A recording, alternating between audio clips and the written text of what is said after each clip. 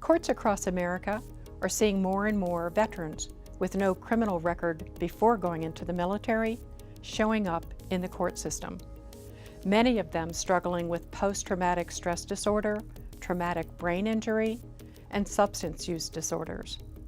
Fairfax County recently established a special Veterans Treatment Docket to link veterans with the support and the services that they have earned. It is critical that we do right by the men and women who have sacrificed so much to protect and to serve our country. Our treatment docket here in Fairfax County is one of 230 veterans treatment programs in courts around the country.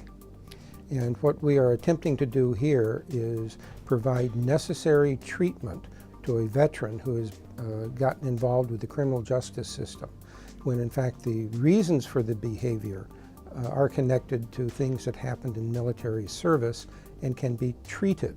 There's perhaps a mental health, a substance abuse issue. These can be treated, and indeed we look for conditions that are listed in the DSM-5, and so treatment is the key.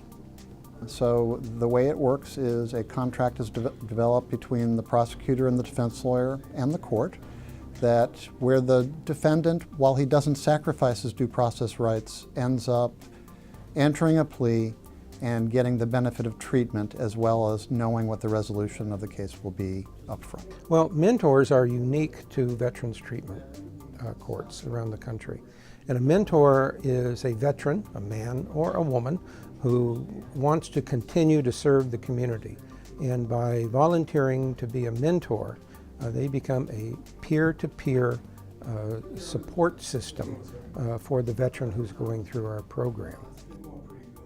You know, in the traditional criminal case, it's a fight between the defense and the prosecution, where the defense is trying to win and the prosecution's trying to win. This really is a whole different idea.